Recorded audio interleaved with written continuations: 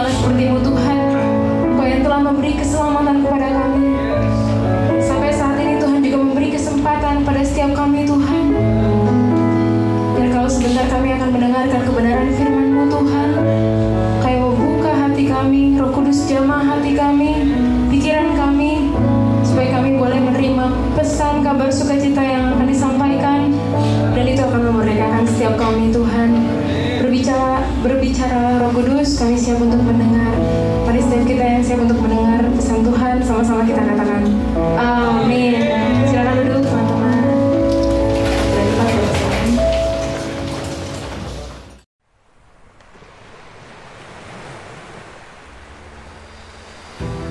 Salib. Kita tentu tidak asing lagi dengan simbol ini. Menjadi lambang dari iman kekristenan oleh karena karya penebusan Yesus Kristus yang telah mati dieksekusi pada batang kayu kasar 2000 tahun yang lalu. Ada beragam respon orang terhadap salib. Bagi dunia yang tidak mengenal Yesus, salib adalah omong kosong, dongeng belaka, sebuah kebodohan, dan tidak berarti apa-apa. Tetapi bagi yang percaya dan beriman kepada Kristus, salib itu adalah kekuatan Allah, sumber kasih karunia, anugerah yang besar, dan keselamatan kita serta hidup yang kekal. Pada peristiwa salib Kristus, kita menyaksikan hal terburuk yang bisa saja menimpa kita. Tetapi pada saat yang bersamaan, salib Kristus menunjukkan keindahan pengampunan Allah yang terbesar. Salib menunjukkan kepada kita kedahsyatan murka Allah yang penuh keadilan. Namun pada saat yang bersamaan, menunjukkan pengampunan yang limpah kasih karunia bagi kita. Salib menunjukkan ada pengorbanan yang mahal, kematian anak Allah. Tetapi itulah yang menjadi pengharapan akan hidup kekal yang layak untuk kita percaya. Salib mengubahkan yang hina dan penuh dosa menjadi mulia dan dikuduskan, memulihkan ciptaan yang rusak menjadi baru, yang mati menjadi hidup kembali, dan yang salah oleh karya salib Kristus kita dibenarkan.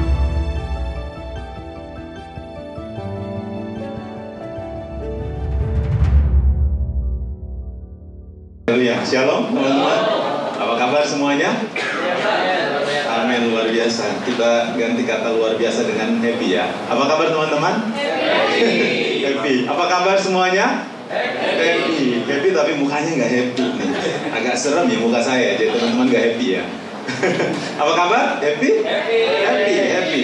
Raja Daud berkata begini, aku bersuka cita dan aku tuh happy banget kalau aku disuruh untuk datang ibadah, gitu. Itu kira-kira kalau Mazmur kalau ngomong pakai bahasa kita, kira-kira bunyinya seperti begitu. Guys, kenapa ya gue tuh happy banget kalau gue diajak untuk datang ibadah di Energize gitu. Nah, kira-kira begitu. Kalau Mazmur, Raja Daud tuh kalau ada hari ini pasti dia ngomong sama kalian gitu. Lu happy nggak gitu? Ya kan? Jadi happy nggak ibadah hari ini? Happy ya? Happy, oke. Nah, terima kasih buat teman-teman di sini yang sudah mengizinkan saya untuk sharing kebenaran firman Tuhan. Dan saya melihat dari terakhir kali saya sharing di sini, jumlah teman-teman, jumlah anak muda di sini lebih banyak. Lebih banyak. Karena kemarin waktu terakhir kali yang tahun kemarin saya lihat di sini masih banyak yang kosong, di sini lebih banyak lagi. Tapi hari ini semua di sini ada mungkin sekitar bangku depan dan bangku keempat tuh yang kosong beberapa, dan sini hampir penuh ya. Sini hampir penuh. Itu berarti keren nih anak-anak muda di sini. Ya kan? Anak muda di sini kemarin saya visitasi di DKMD, visitasi di Gesia Jaya Raya di sini Pasar Baru. Mereka punya komitmen dalam tahun ini, anak-anak muda di sana mereka punya komitmen gini. Kami punya komitmen 1 orang 1 jiwa dalam 1 tahun. Gitu. 1 orang memenangkan 1 jiwa dalam 1 tahun ini. Dan mereka itu di sana kurang lebih ada 15 orang. Jadi saya bilang gini, kalau kalian sungguh-sungguh mengerjakan itu dalam 1 tahun ini, 15 jadi 30. Dan kalau tahun depan lagi 30 mengerjakan hal yang sama jadi 60. Gitu. Dan ruangan mereka, maaf, gak terlalu lebih besar dari ini, lebih kecil. Jadi kalau seandainya mereka konsisten 1 tahun 1 jiwa, mungkin 3 tahun ke depan mereka akan berdoa minta Tuhan kasih kedua yang lebih besar. Nah kalau teman-teman di sini, ini nih sudah mau hampir penuh ya Pak Surya, udah mau hampir penuh ya. 1 tahun 1 jiwa, saya pikir nanti tahun depan kalian ngomong sama gembala, ya kan Pak Peter kan, Pak, boleh nggak kita pindah ke sebelah? Gitu. Terus kalau yang ibadah umum gimana? Ibadah umum berdoa biar dapat gedung lebih besar. Iya kan? Saya ngomong sama teman-teman kaum muda di tempat lain, saya bilang begini, kekristenan tanpa memenangkan satu jiwa seumur hidup, kekristenan yang memalukan. Bisa setuju nggak? Loh, kita jadi Kristen gini ya, kita jadi Kristen nih, kita bersyukur karena pengorbanan Tuhan Yesus atas hidup kita. Kita yang dulu brengsek, kita yang dahulu penjahat, kita yang dulu hidup penuh dosa, diselamatkan, dikasih anugerah, dikasih berkat yang melimpah, ya kan, pagi siang sore malam dijaga, dilindungi oleh Tuhan, terus dijamin lagi masuk surga. Terus sepanjang umur hidup kita, dari kita bertobat, contoh ya, kita bertobat umur 20 tahun, terus kita meninggal umur 90 tahun. 70 tahun umur hidup kita tanpa kita memenangkan satu jiwa, itu kekristenan yang memalukan. Karena nanti di surga, nanti begitu kita ngadap bos besar, dia nggak nanya, lu berapa kali di energize, lu main musik berapa banyak kali di energize, ya kan, lu pegang multimedia berapa banyak kali, begitu. Tapi Tuhan nanya gini, ada nggak satu jiwa yang lu bawa? Seumur 70 tahun. Jadi saya mendorong teman-teman di sini, ayo. Ada banyak anak muda di luar sana yang hari-hari ini, kemarin baru selesai seminar LGBT. Ada banyak anak-anak muda di luar sana yang gak ngerti mau kemana hidup mereka. Dan mereka butuh kalian untuk mengarahkan mereka kepada Kristus. Amin. Kemarin saya sempat bertanya kepada pembicara seminar LGBT. Teman-teman, itu saya kan gembala sidang nih. Mengembala bersama istri saya baru 3 tahun. Terus satu kali ada anak sekolah minggu kami, dia ngomong di mobil, saya lagi nyetir mobil, kita jalan sama-sama, sama mamanya, sama dia ngomong sama saya, Pastor, saya mau cerita gitu. Ini anak sekolah minggu kelas 4 SD. Pastor, saya mau cerita, kenapa gitu. Aku suka sama temen aku di sekolah gitu. Nah istri saya ceng-cengin dia, udah mulai jatuh cinta nih gitu. Terus rupanya dia jatuh cinta sama anak cewek. Dia cewek, jatuh cinta sama anak cewek. Ini anak kelas 4 SD. Bapaknya pengacara, mamanya guru agama.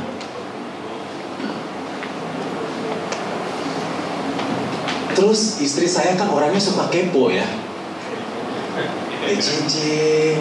Tapi kok kamu bisa suka sama cewek? Sukanya suka apaan sih? Suka karena memang dia baik atau apa? Enggak, Tante Ting Ting gitu. Aku jatuh cinta sama dia. Nah, perhatikan. Dan waktu itu mamanya cukup kaget. Saya juga kaget, istri saya lebih kaget lagi. Gitu. Terus kita mulai bimbing mereka, bimbing anak ini karena dia terbuka dan dia sudah tidak lagi. Saya ngomong begini sama dia, saya bilang begini, nah, kamu gak boleh suka sama cewek, kan kamu cewek, kamu boleh suka sama cowok saja, begitu. Kamu tidak boleh suka sama cewek, hanya boleh suka sama cowok, tapi untuk sekarang jangan dulu suka, karena kamu masih kelas 4 SD, gitu. Nanti ada waktunya kamu jatuh cinta, tapi untuk sekarang jangan dulu. Tapi kalau nanti kamu jatuh cinta aja sama cowok. Gitu. Halo cowok-cowok, amin. Jangan jatuh cinta sama cowok-cowok.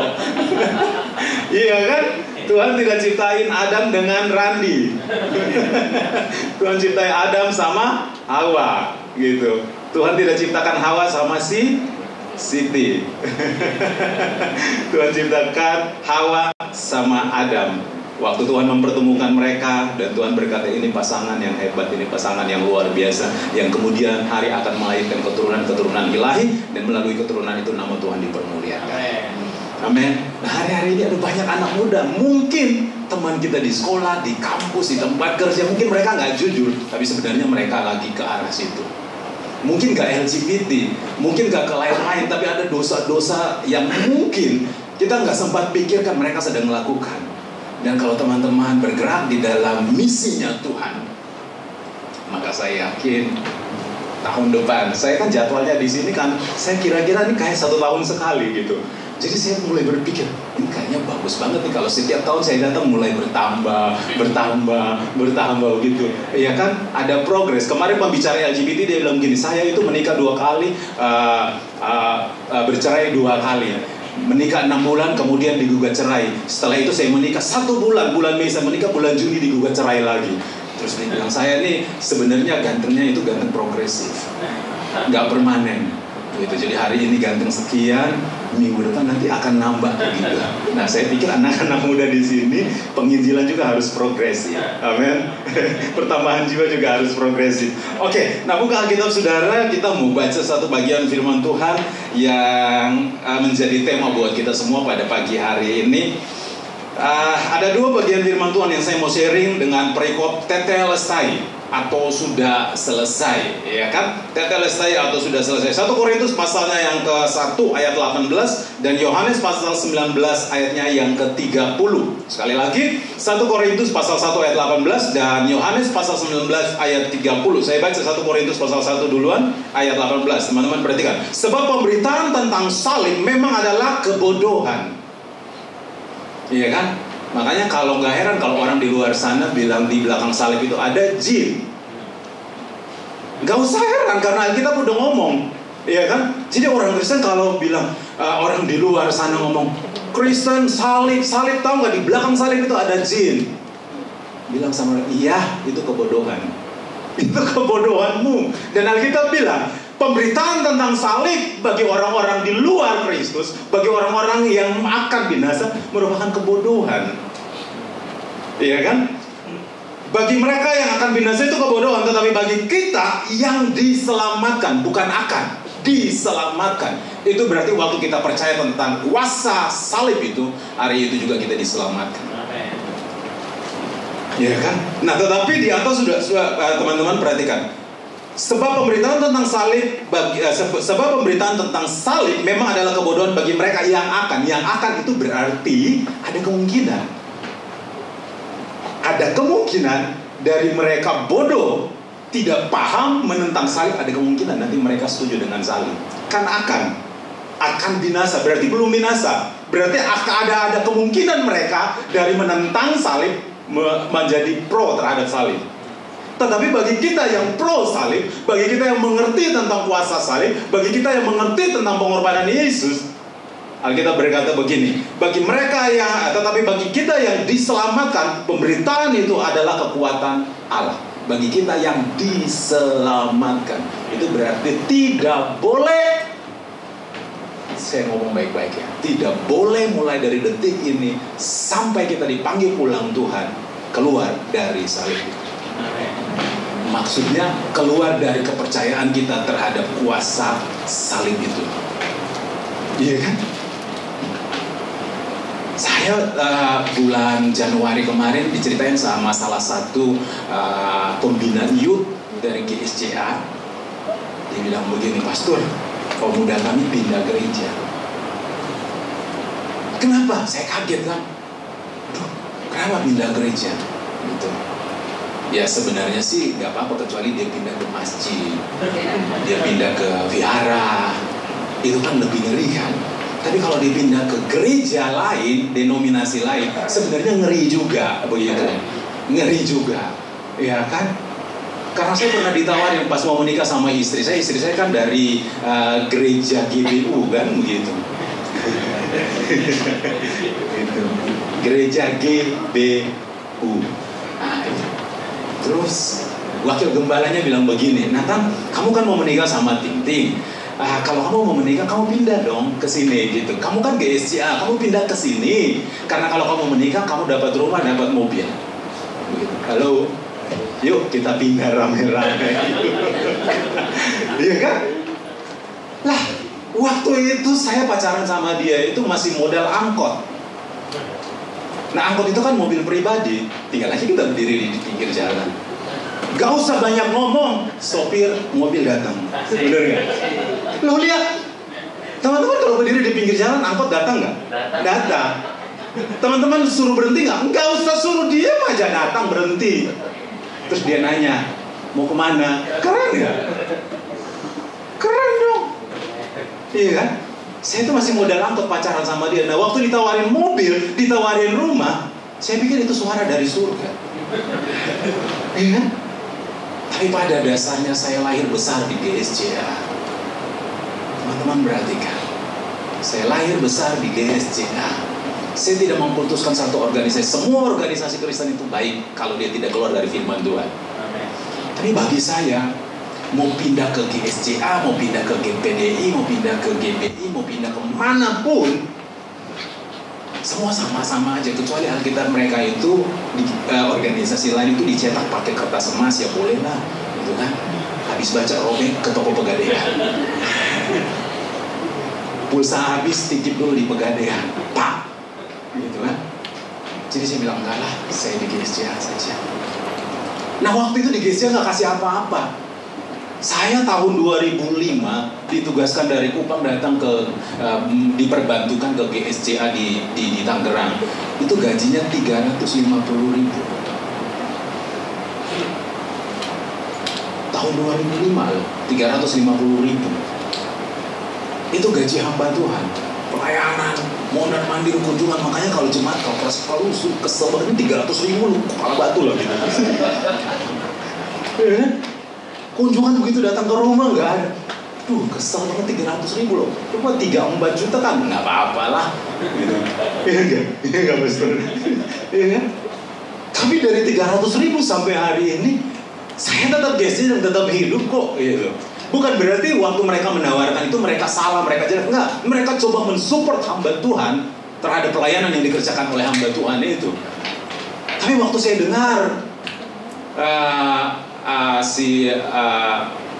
pembina youth ini dia bilang gini, dia pindah ke gereja, organisasi denominasi lain. Saya tanya kenapa? Karena pacarnya ada di situ. Si bilang keren banget. Apakah di GSCA kekurangan orang-orang ganteng?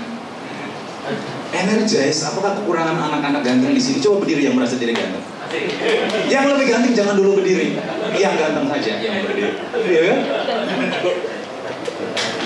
Rendah hati semua ya. Gak ada yang mau berdiri. Pahal. Luar biasa. Iya kan? Saya kan selalu cerita, saya pacaran sama istri saya ini 8 tahun kita pacaran. Dan sekarang sudah menikah 11 tahun. Dan bagi saya satu-satunya pria paling ganteng di muka bumi yang pernah dia ketemu. Oh iya dong. Kalau ada yang lebih ganteng dari saya, nggak mungkin dia mau sama saya. Iya dong. Kulihat di wajahmu.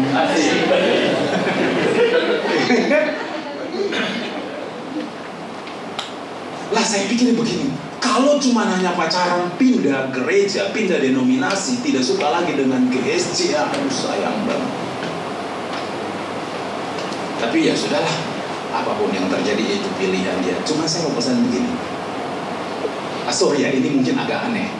Karena dia sudah pindah, mungkin bagi saya gini, ya udah nggak apa-apa pindah gereja. Yang penting jangan pindah Kristus, jangan pindah imanmu, jangan pindah anak, jangan pindah keyakinan. Bahkan lebih keren lagi, jangan pindah dari GSCA. Ya. Karena kita ini sudah dijamin seperti Korintus tadi bilang. Saya baca dulu ya, Yohanes pasal 19 ayat 30, ayatnya yang kedua ya. Bagian kedua. Yohanes pasal 19 ayat 30. Tadi yang pertama, pemberitaan tentang salib itu kebodohan bagi mereka yang akan binasa. Ya. Nah, yang kedua, Yohanes pasal 19 ayat 30. Sesudah Yesus meminum anggur asam itu, berkatalah ia, tetelestai, sudah selesai. Lalu ia menundukkan kepalanya dan menyerahkan nyawanya. Jadi waktu Yesus mati itu, dulu saya pas kecil, saya emosi sama tentara Romawi. Karena diajarkan Yesus mati itu karena dibunuh sama tentara Romawi. Iya kan, waktu kecil. Tapi setelah saya besar, saya mengerti bahwa Yesus mati itu bukan dibunuh sama tentara Romawi, karena dia serahkan nyawanya. Selama dia belum serahkan nyawanya, tidak ada yang bisa mengambil nyawanya. Bahkan Alkitab berkata, tadi kita baru baca, setelah dia bilang tetelestai, sudah selesai, kalimat selanjutnya, maka dia menyerahkan nyawanya. Jadi tidak ada yang bisa mengambil nyawanya kalau dia tidak menyerahkan. Teman-teman, kalau bicara tentang tetelestai, itu jangan pisahkan dengan salib. Kalau bicara tentang salib, jangan juga pisahkan dengan kalimat tetelestai. Karena salib sama tetelestai ini adalah satu ikatan yang tidak boleh dilupakan. Karena di atas salib itu tergantung seseorang yang kudus yang mulia, yang begitu luar biasa demi dosa manusia. Dan di atas salib itulah dia berkata, di antara langit dan bumi, waktu dia tergantung, dia berkata, it's finished. Sudah selesai. Nah, persoalannya apa yang selesai? Apa yang dikerjakan oleh Yesus sehingga Yesus bilang selesai?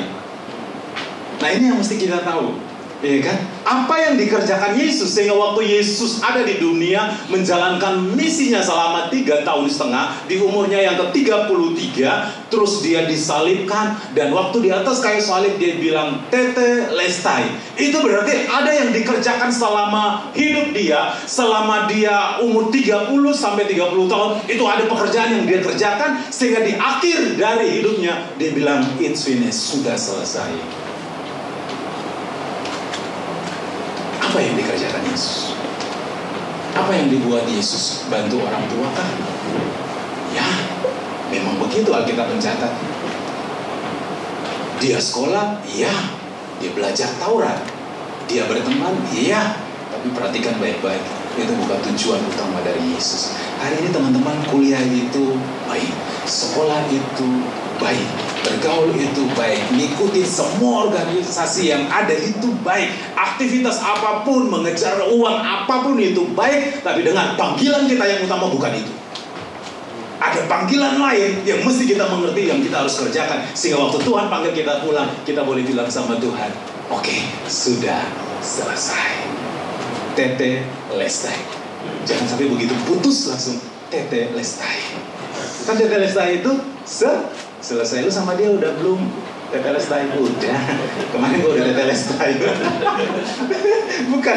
Tetelestai itu masukkan di dalam hal yang memang Tuhan mau pengen kita kerjakan dalam hidup kita. Yuk mari kita lihat apa yang Yesus sedang kerjakan sehingga waktu di atas kayu salib dia bilang sudah selesai. Ini sudah finish. Dan finish berarti benar-benar selesai, tidak ada sambungannya lagi. Apa yang Yesus kerjakan? Saya catat di sini begini, Bapak Ibu. Energize people. Itu keren banget. Cuman saya agak ribet kalau ngomong Inggris. Pak, kita kan produk Kupang ya. Kan pastor tahu lah gitu. Saya ngomongin yang Inggris dari tadi itu saya dari waktu 2 tahun yang lalu. Pak Welko waktu ngomong di sini saya rekam di sini, diulang, baru hari ini keluar energize people. Dari 2 tahun lalu kan. Saya takut saya energize mobil. Itu kan repot. Ya kan? Jadi ya teman-teman energize aja. Energize aja saya masih belepotan gitu kan. Gitu. Nah, apa yang dikerjakan Yesus selama 3 tahun setengah mengerjakan misi, mengerjakan panggilan dia, sehingga waktu di atas kayu salib dalam keadaan menderita, berdarah-darah, hancur-hancur kan, dia sambil tersenyum. Mungkin saya pikir Yesus waktu ngomong itu sambil senyum. Saya pikir karena nggak mungkin apa yang teman-teman kerjakan selama bertahun-tahun begitu finish terus teman-teman selesai juga. Karena nggak mungkin. Pasti yang teman-teman lakukan gitu, wow, akhirnya selesai juga. Oh, thank you. Kan begitu kan? Halo, ini mau keserang semua lihat. Please deh, saya sudah ekspresinya begini. Tolong deh, kan? Tolong. Saya udah pakai gaya begini. Saya udah pindah ke sini kan, Pastor kan? Ini mukanya.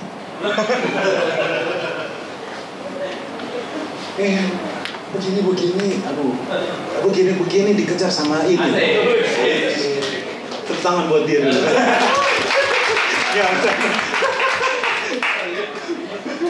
Nah, teman-teman gini, 3,5 tahun Yesus mengerjakan hal ini, Yesus mengerjakan panggilan ini, sehingga pada akhirnya itu berdarah-darah di kayu salib loh. Kitab Yesaya bilang gini, waktu dia digantung di kayu salib, gak ada orang yang pengen lihat muka dia. Gak ada orang yang pengen lihat dia. Dia telanjang, hancur-hancuran hidupnya. Itu kan kalau kalian nonton di film The Passion ya, The Passion itu hanya cuma sebagian kecil dari siksaan yang Yesus alami pada waktu itu. Karena hukuman salib yang dibuat oleh pemerintah Romawi itu tujuannya untuk menyiksa orang yang dianggap bersalah kepada pemerintah, dan kalau bisa orang-orang yang melihat siksaan itu benar-benar tidak akan pernah membuat kesalahan yang sama yang menyebabkan dia harus disalib. Jadi waktu itu Yesus disiksa. Alkitab berkata mukanya udah gak berbentuk manusia. Tapi teman-teman perhatikan, waktu dia ada di kayu salib dalam keadaan sekarat seperti itu, dia bilang sudah selesai. Saya pikir waktu Yesus ngomong begitu dalam keadaan senyum, sudah selesai. Waduh, itu kalau ada teman-teman pasti teman lagi cakep, ya kan? Nah hari ini apa yang sedang kita kerjakan? Saya yakin waktu kita mengalami finish dari apa yang sedang kita kerjakan itu, pasti kita akan happy banget, kita akan senang banget. Aduh, akhirnya selesai juga. Tapi teman-teman perhatikan baik-baik. Kalian boleh cari uang sebanyak-banyaknya, kalian boleh membangun relasi sebanyak-banyaknya, kalian boleh membangun skill sebanyak-banyaknya, dan kalian harus perhatikan bahwa panggilan utama kalian itu pun harus kalian kerjakan sebaik-baiknya. Sehingga sekali lagi kalau semua yang kalian kerjakan itu finish, maka kalian boleh berkata gini, Tete, selesai, dengan hati yang senang, dengan hati yang gembira. Nah, saya mau bagikan hal pertama. Kenapa atau apa yang dikerjakan Yesus sampai waktu di atas kayu salib dia bilang Tete lestai. Yang pertama, saya catat di sini, teman-teman perhatikan. Yang pertama, yang dikerjakan Yesus atau apa yang dibuat di balik kata Tete lestai itu, yang pertama, Yesus sedang memperbaiki dan mengembalikan rupa manusia yang hilang di Taman Eden. Loh, teman-teman perhatikan gini. Waktu Yesus berhasil mengembalikan rupa, waktu Yesus berhasil memperbaiki gambar yang hilang dari manusia pada saat peristiwa Taman Eden itu yang membuat Yesus berkata, Tetelestai. Perhatikan kitab Kejadian pasal yang pertama ayat 26-27. Berfirmanlah Allah, baiklah kita menjadikan manusia menurut gambar dan rupa kita. Gambar dan rupa kita. Nah, waktu saya sering ngomong gitu, waktu Yesus mau ciptain saya ya, Yesus mau ciptain Nathan, dia lihat gini, kira-kira Nathan ini mukanya mirip siapa ya? Dia lihat gini, ada kambing, gak cocok. Ya kan, dia lihat di sana ada babi, lebih gak cocok lagi ini. Dia lihat ke sana, aduh ada Leonardo DiCaprio, aduh gak cocok.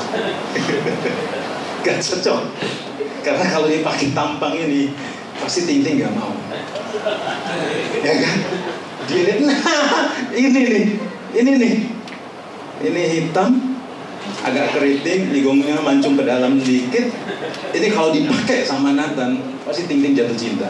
Nah, kira-kira waktu Yesus lihat begitu, Allah lihat begitu, dan dia Alkitab berkata gini, semua makhluk hidup yang pernah dibuat oleh Tuhan, dibuat oleh Allah itu melalui firman, ngomong.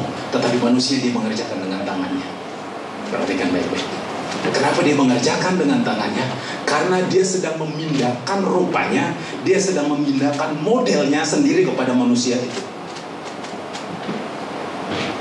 Dan ini gak gampang, ini gak main-main. Makanya pemazmur berkata gini, Raja Daud berkata gini, waktu aku dikandung di dalam rahim ibuku, aku dibentuk di dalam dunia yang tersembunyi, engkau ada dan mengamati.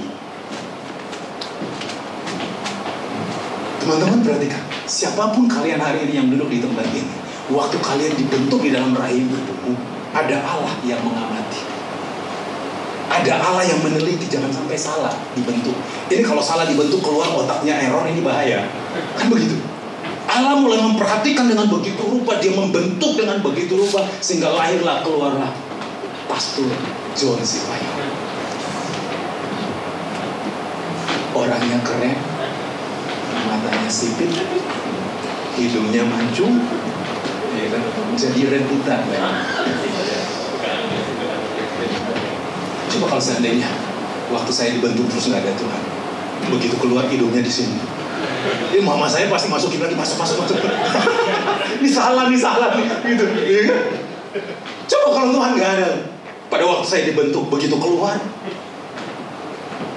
minta makan, mau minum, padahal pengen makan. Loh, ini gambaran sederhana bagaimana Tuhan itu merancangkan hal yang hebat, bagaimana Tuhan memperhatikan hidup kita dari rahim ibu kita sampai pada akhirnya kita mati. Dia telah menuliskan segala yang baik yang hebat dalam hidup kita. Dan teman-teman perhatikan, gambar ini pernah rusak di Taman Eden. Gambar ini pernah rusak di Taman Eden. Sehingga Alkitab berkata, waktu Adam dan Hawa mengambil keputusan untuk keluar dari, saya harus pakai kata salib itu, keluar daripada anugerah Allah itu, maka gambar itu rusak. Dan pada hari itu ada terjadi perpisahan yang amat sangat jauh antara manusia dengan Allah. Kenapa nggak bisa nyambung? Karena gambarnya itu sudah rusak. Padahal waktu diciptakan itu menurut rupa dan gambar Allah. Nah, teman-teman, waktu teman-teman mendengar kata gambar dan rupa Allah ini, jangan mikir secara fisik, jangan mengartikan secara lahiriah. Tapi yang dimaksud dengan gambar dan rupa Allah ini adalah karakter atau sifat Allah yang Allah tanamkan dalam diri manusia waktu manusia itu diciptakan. Karakter Allah itu apa? Sifat Allah itu salah satunya apa? Allah itu kasih. Allah itu kasih, sehingga hari ini kalau kita bisa mengampuni orang lain karena rupa itu ada dalam diri kita. Amin. Setuju, katakan amin. Loh, lu udah digosipin, udah ditikung, udah dimaki-maki, terus kita bisa datangin orang itu. Hai, Tuhan memberkatimu. Ayo energize sama-sama yuk. Loh, ini kalau tanpa gambar dan rupa Allah, kalau tanpa sifat atau karakter Allah, nggak mungkin kita bisa lakukan itu. Iya kan? Gak mungkin lah, gak masuk akal. Kalau lu udah disakitin, udah dikecewain, udah dikata-katain, terus hari Minggu lu datang ke rumah dia, ketok pintu, bro, gue boncengin, kemana? Energize. Kalau kita tidak punya gambar dan rupa Allah itu, atau kita tidak punya sifat dan karakter Allah itu, maka tidak mungkin itu terjadi. Karena manusia itu adalah makhluk egois. Lu jual, gua beli. Lu jual banyak, gua borong semua. Kan begitu? Ya. Waktu Tuhan memulihkan gambar diri manusia yang rusak ini, waktu Tuhan memperbaiki karakter yang rusak ini pada manusia, waktu Tuhan mengambil kembali kasih, Tuhan mengambil kelemah lembutan, Tuhan mengambil panjang sabar, Tuhan nitip, waktu Tuhan taruh, waktu Tuhan tempatkan kepada gambar yang rusak itu di kayu salib, sekalipun itu perjuangannya berdarah-darah, sekalipun untuk hal itu, untuk memulihkan gambar yang rusak itu, maka nyawa Tuhan Yesus harus jadi taruhannya. Sekalipun itu, waktu di kayu salib dia bilang, tetelestai. Karena udah selesai, udah finish apa yang dia tuju selama ini. Amin. Jadi hari ini kalau teman-teman lagi berjuang, berdoa untuk menjadi orang yang sabar, saya mau bilang, satu saat nanti kalau engkau sudah jadi orang yang sabar, engkau akan berkata, wow, tetelestai. Tetelestai. Sudah selesai. Jadi yang pertama, tinggal 9 menit lagi saya berusaha. Saya itu kalau khotbah teman-teman suka lupa waktu. Dikasih waktu 40 menit saya bisa bikin 2 jam. Puji Tuhan ada waktu di sana saya bisa lihat. Oke, saya lanjut ya. Yang kedua, apa yang dikerjakan Yesus sepanjang 3,5 tahun sehingga waktu dia berdarah-darah di atas kayu salib dia boleh berkata tetelestai. Yang kedua, teman-teman perhatikan ya. Yang dikerjakan Yesus itu, Yesus membatalkan, saya catat di sini, murka Allah atas orang berdosa. Yang dikerjakan Yesus 3,5 tahun sampai terakhir di kayu salib, sampai dia boleh bilang tetelestai, dia sedang membatalkan. Sama-sama bilang batal. Sekali lagi 3, 4 batal. Apanya yang dibatalkan oleh Yesus? Murka Allah. Dengar baik-baik, saya baca dulu ya. Roma pasal 1 ayat 18. Roma pasal 1 ayat 18. Sebab murka Allah, perhatikan, sebab murka Allah, sudah dapat semuanya? Oke, sebab murka Allah nyata dari sorga atas segala kefasikan dan kelaliman manusia yang menindas kebenaran dengan kelaliman. Ayat pasal 2 ayat 8 lagi, Roma pasal 2 ayat 8. Tetapi murka Allah dan geram kepada mereka yang mencari kepentingan sendiri, yang tidak taat kepada kebenaran, melainkan taat kepada kelaliman. Jadi waktu manusia berbuat dosa, waktu manusia memberontak kepada Allah, maka resikonya adalah murka Allah. Itu udah hukum. Hukumnya kayak kita begini. Itu hukum yang sudah ditetapkan oleh Allah. Dosa ada hukumannya, benar ada hukumannya. Itu sama seperti kita nyalain lampu ya. Waktu kita ke stop kontaknya kita gini, cetek. Kalau kita cetek on, kita nggak perlu habis cetek terus kita bilang, weh nyala, weh, gak usah, cetek aja otomatis nyala. Begitu kita cetek off, gak usah marah-marah dia, gak usah dengan doa dan puasa dia mati sendiri. Nah ini juga sama. Alkitab bilang, kita pernah bilang gini, kalau engkau taat melakukan kebenaran, maka hidupmu akan dipulihkan, diberkati. Tapi kalau engkau buat dosa, maka murka. Dan waktu Adam dan Hawa jatuh di dalam dosa, murka Allah atas manusia. Dan teman-teman perhatikan ya, dari Adam dan Hawa sampai generasi Yesus, tidak ada yang bisa membatalkan murka itu. Gak ada yang bisa. Elia gak bisa, Musa gak bisa, Daud gak bisa. Ya kan, apalagi Daud. Ya kan, Salomo istrinya banyak, mana bisa.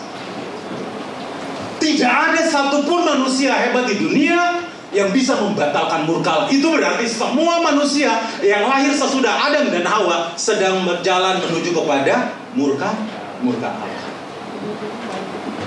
Tapi perhatikan baik-baik. Waktu Yesus bilang sudah selesai, Yesus sedang membatalkan murka Allah itu dengan cara apa?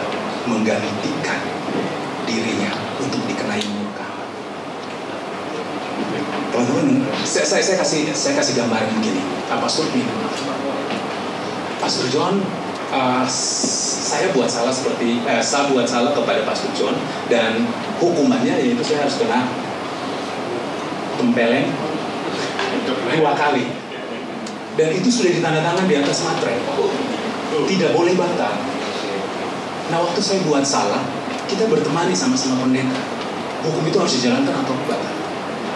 Harus dijalankan. Mau gak mau, dia harus tempeleng saya 2 kali. Teman-teman perhatikan, saya buat salah. Saya datang dengan perasaan apapun yang terjadi, ditempeleng 2 kali. Tidak ada yang bisa membatalkan. Perhatikan, tidak ada yang bisa membatalkan. Siapapun di tempat ini yang coba membatalkan, Pastor John Sipayung, no. Ini sudah janji, ini sudah hitam di atas putih, ya kan? Tiba-tiba datanglah Yesus.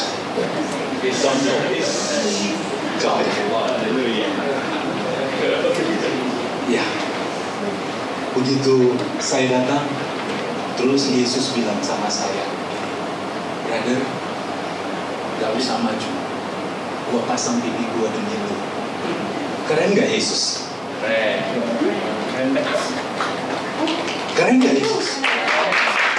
Yesus saya berdiri terpaku-paku dalam keadaan bingung, beliau maju dan ditempelin. Setelah ditempelin, beliau bilang sama saya, you pergi, you free, kamu bebas. Aduh, saya kalau punya Tuhan begini, kalau punya Allah model begini, dikasih mobil untuk pindah Allah, saya nggak mau loh. Loh, dikasih cewek cantik untuk pindah Allah juga saya nggak mau. Sekalipun saya jelek loh. Mau dapat Allah yang model begini nggak akan ada. Men. Mau dapat Allah yang model begini nggak ketemu lagi selain Yesus. Karena dia yang membatalkan apa yang harus saya terima, kesakitan dalam diri saya dibatalkan dan digantikan oleh dia. Dan dia menggantikan bukan dengan keadaan terpaksa, tapi happy kayu sambu. It's finished. Sudah selesai. Tetelestai. Dia lakukan ini karena dia sayang kita. Dia lakukan ini karena dia cinta kita. 3 menit yang terakhir saya nggak panjangin lagi. Oke.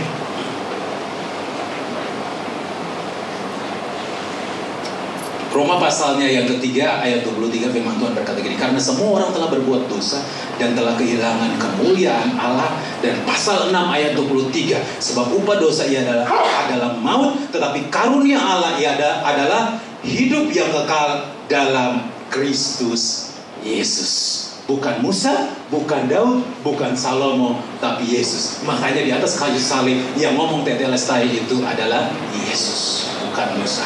Karena Musa tidak bisa melakukan ini. Musa tidak sanggup melakukan ini. Daud tidak sanggup. Karena Yesus yang sanggup. Sehingga dia waktu ada di atas kayu salib, dia bilang tetelestai. Dalam keadaan bangga. Men, dengar, waktu Yesus ngomong begitu, sekalipun dia berdarah-darah, tapi dia bangga. Dia bangga kena tempeleng demi saudara dan saya. Dia bangga dihancurkan demi kita. Dia bangga kalau dia dipermalukan, yang penting kita tidak dipermalukan. Please, jangan mempermalukan Yesus dalam hidupmu. Please, jangan meninggalkan Yesus dalam hidupmu. Kalau Yesus sudah berdarah-darah dan dia bilang tetelestai, maka apapun yang terjadi, tetelestai juga yang harus keluar dari mulut kita sampai finish kita. Yang ketiga,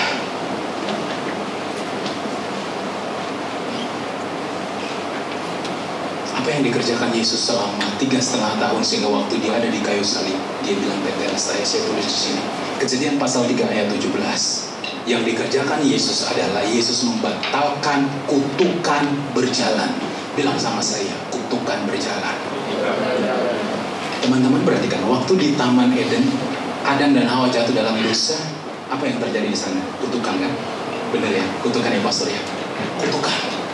Dan kutukan itu terjadi di mana? Di Taman Eden terhadap tanah. Setelah kutukan terjadi atas tanah, kutukan itu terjadi atas manusia. Waktu Kain dan Habel punya masalah, Kain bunuh Habel, maka kutukan terhadap manusia itu terjadi. Dan manusia ini hidup dalam kutuk, dan kutuk ini gak menetap. Kutuknya ini berjalan. Adam punya anak, kutuknya turun. Adam punya anak lagi, kutuknya turun. Kutuknya ini turun-temurun. Dan kutuk yang berjalan ini tidak bisa diselesaikan oleh siapapun. Sekali lagi, hanya Yesus yang bisa menyelesaikan. Sehingga waktu Yesus menghadap kepada Allah, dia bilang sama Allah, kira-kira model begini, kutuk itu timpakan ke saya. Kutuknya Nathan yang hidup dalam dosa selama puluhan tahun timpakan ke saya. Terus Allah bilang gini, loh itu orang kok jelek begitu, kenapa lu mau terkutuk demi dia? Iya kan? Kira-kira ngomongnya begitu. Kenapa sih lu mau? Yesus bilang karena aku mencintai dia. Teman-teman hari ini ada di sini. Sebenarnya kita ini generasi yang ada di dalam kutuk. Tapi hari ini kalau kita ada di sini, hari ini kalau kita boleh menikmati berkat Tuhan, waktu kita bekerja, waktu kita berusaha dan kita diberkati Tuhan, bukankah itu Tuhan telah menggantikan kutuk menjadi berkat? Nah, teman-teman, waktu sudah habis, saya baca satu ayat buat kita. Galatia pasal 3 ayat 13-14. Kristus telah menebus kita dari kutuk hukum Taurat dengan jalan menjadi kutuk. Baca sekali lagi sama-sama. Kristus telah menebus kita dari kutuk hukum Taurat dengan jalan menjadi kutuk karena kita, men. Bukan karena mereka, karena kita. Dan Yesus mengambil itu supaya kita bebas. Sebab ada tertulis, terkutuklah orang yang digantung pada kayu salib. Jadi orang yang digantung di kayu salib itu orang yang pantas menerima kutukan. Harusnya yang ada di salib itu saya. Harusnya yang ada di salib itu saya karena brengseknya saya, karena dosanya saya, karena keras kepalanya saya. Dan seharusnya saya ada di sana. Dan lagi-lagi Yesus maju dengan begitu bangganya. Gak apa-apa, Allah, saya ada di sana aja. Saya yang menggantikan, iya kan? Seharusnya aku yang di sana. Pastor, jangan nyanyi lagu itu deh, Pastor. Ya kan? Lain. Yesus bilang begini, seharusnya dia, tapi lebih baik saya. Karena kalau bukan saya, dia binasa. Dan Yesus melakukan itu. Sehingga waktu di atas kayu salib, dia sambil happy tersenyum, dia bilang, wow, tetelestai. Yang pertama, dia mengucapkan tetelestai karena gambar hidup kita dipulihkan. Yang kedua, karena dia membatalkan murka Allah. Dan yang ketiga, karena dia membatalkan kutukan berjalan. Masih ada 2 lagi, cuman waktu di sana udah selesai. Terima kasih Tuhan Yesus berkati kita semuanya. Undang saya lagi, spesial lanjut lagi. Yuk panggil berdiri teman-teman. Kita mau nyanyi lagu yang sudah disiapkan. Perhatikan baik-baik. Yesus gak main-main. untuk hidup saudara dan saya. Amin. Yesus gak main-main untuk masa depan kita. Yesus gak main-main untuk membatalkan kutuk itu.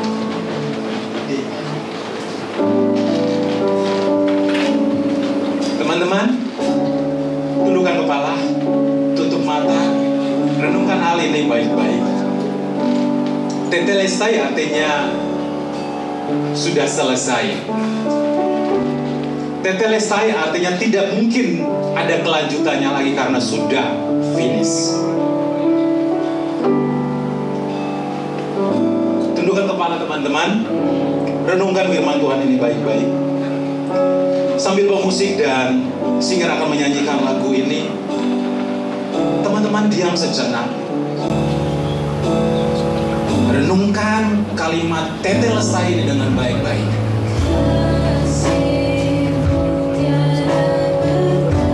Gak ada yang lebih mengasihi kita selain Yesus. Gak ada yang mengorbankan hatinya demi kita selain Yesus. Dan dia lakukan itu dengan bangga, karena kita berharga di hadapan.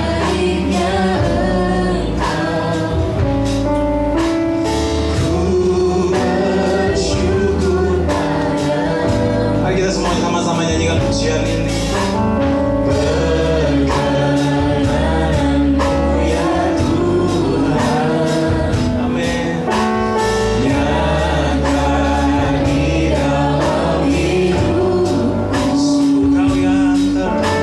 Sungguh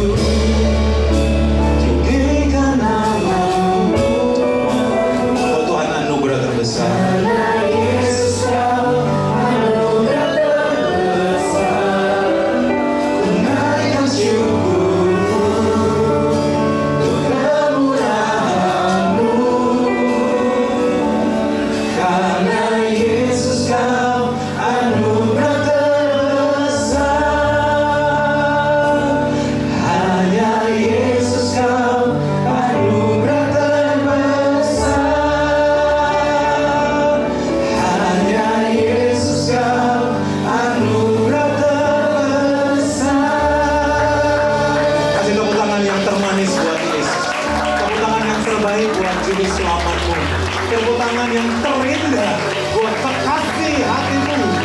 Namanya Yesus, namanya Yesus, namanya Yesus.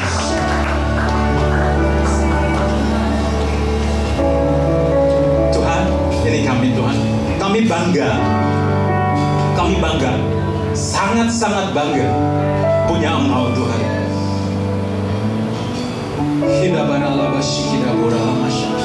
Tuhan, Engkau mempertaruhkan hidupmu, Engkau mempertaruhkan nyawamu, Engkau mempertaruhkan segala-galanya supaya kutuk yang berjalan itu gak lanjut di hidup kami, supaya murka Allah itu gak ditimpakan bagi kami, supaya gambar dan rupa dalam diri kami yang rusak itu dipulihkan kembali.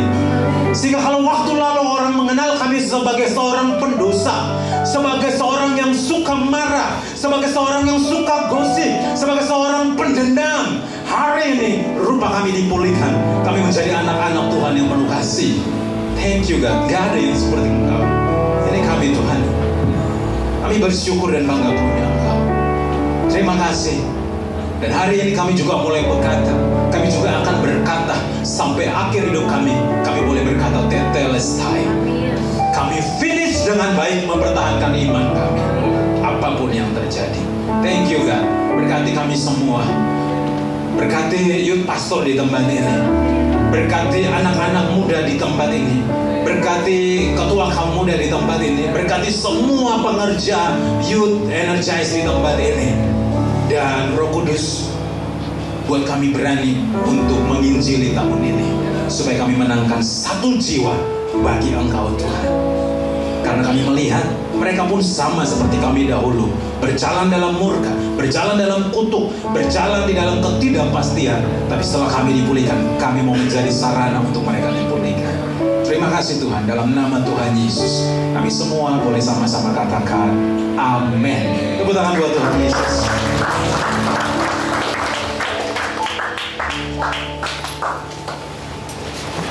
Semua diberkati siang hari ini. Boleh beri tepuk tangan sekali lagi buat kita berkata terima kasih Kak Yonatan Bin. Dan kita semua hari ini kembali diteguhkan, kembali diingatkan akan penebusan Tuhan untuk menebus dosa kita. Amin. Sebentar kita akan memberikan persembahan kita kepada Tuhan. Biar teman-teman boleh mempersiapkan, dan yang bertugas untuk hari ini juga silakan untuk mempersiapkan.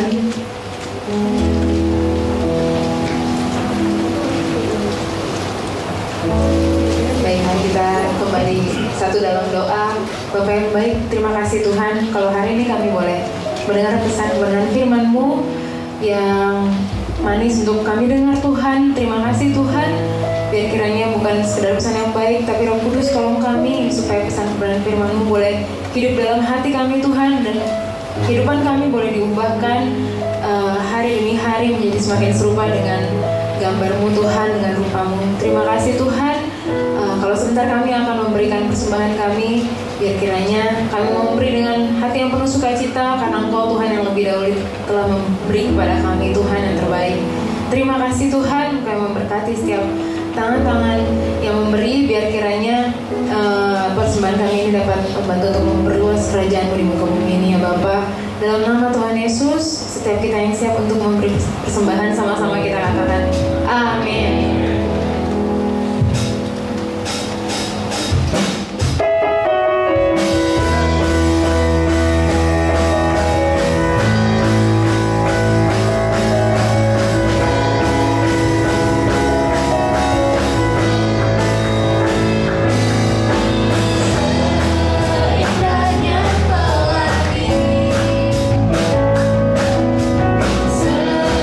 Sejarah nyaman dari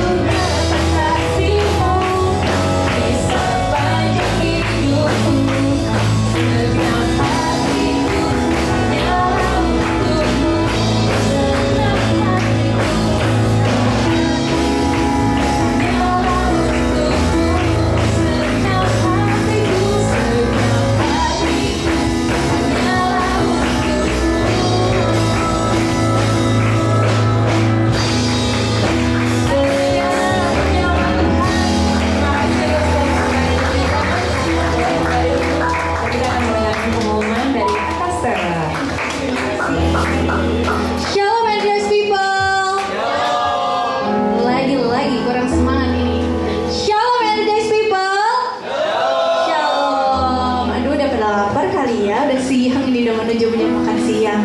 Oke, aku mau bawain pengumuman untuk seminggu ke depan. Pertama-tama aku mau ucapin lagi terima kasih untuk Pastor Yonatan Bin yang sudah melayani di tempat ini.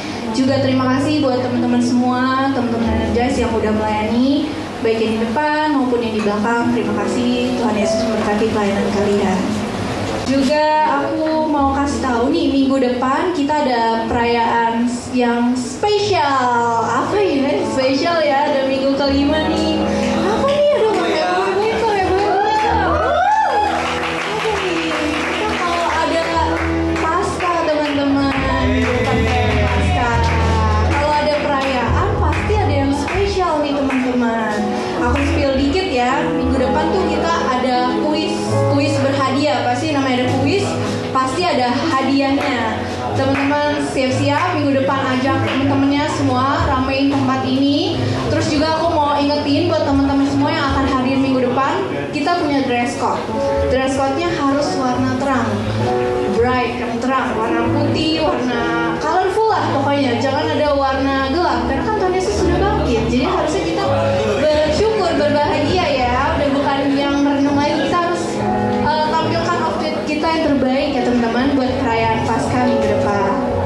Oke, terus selanjutnya buat teman-teman yang belum mengisi pendataan ulang, aku reminder lagi untuk segera cari teman-teman pengurus untuk mengisi pendataan ulang Energize ya teman-teman, untuk keperluan absen juga.